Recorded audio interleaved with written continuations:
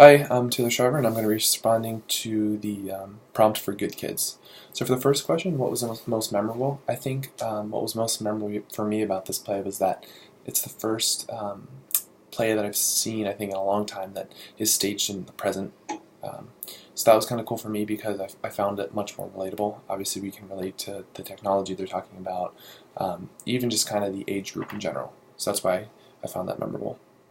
For the second question, three prominent themes. I think the first theme that I really noticed was that we tend to place rape on a criminal pedestal. And what I mean by that is that we think that it's something that your average good kid is incapable of doing. And this is evidenced by the parents' response to this rape. I think it was Tanner's father. He said, quote, "What are we even talking about? Kids do stupid things all the time. They're kids. Kids are stupid." So it's almost like they're denying that these kids are capable of doing these things. The second major theme is that the advent of social media has brought about a factor of accountability. This is seen in how Deidre is able to follow all of the boys' activities. Even though they deleted a lot of the social media posts they made, she was able to find them. So we have introduced that factor of accountability now. One of the third prominent themes for me is that we tend to kind of have a lack of understanding of what actually counts as being rape or what is rape.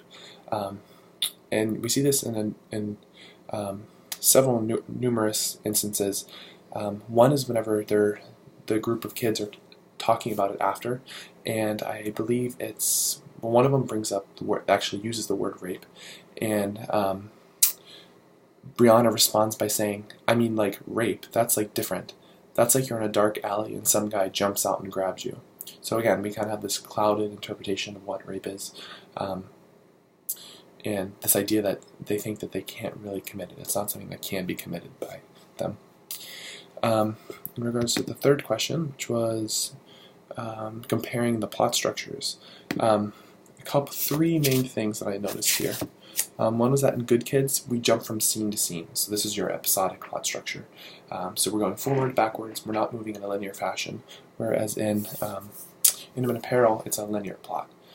So the effect of this was that we end up knowing what the end of the play is, but we're filling in the pieces in between. So it kind of created this really cool suspense.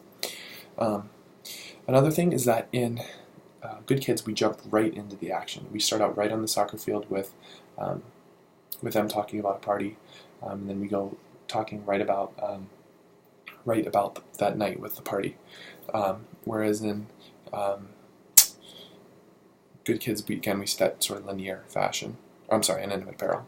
Another thing is that in Good Kids, the characters are speaking directly to you, which I found cool because you're breaking down that fourth wall, and you really got to feel their emotions whenever they're feeling remorse at the end, and each of them basically is repeating that they're sorry for what happened. So that was cool. And the last question, real quick.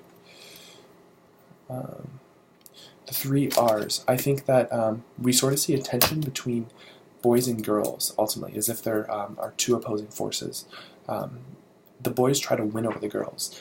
And for one instance, Ty says that he guarantees he will take home a girl that night. And this is kind of this repeated culture that we see. And I think that this can be indicative of real life and college students because we do see behavior like that. So this raises the question, do we really know what rape is?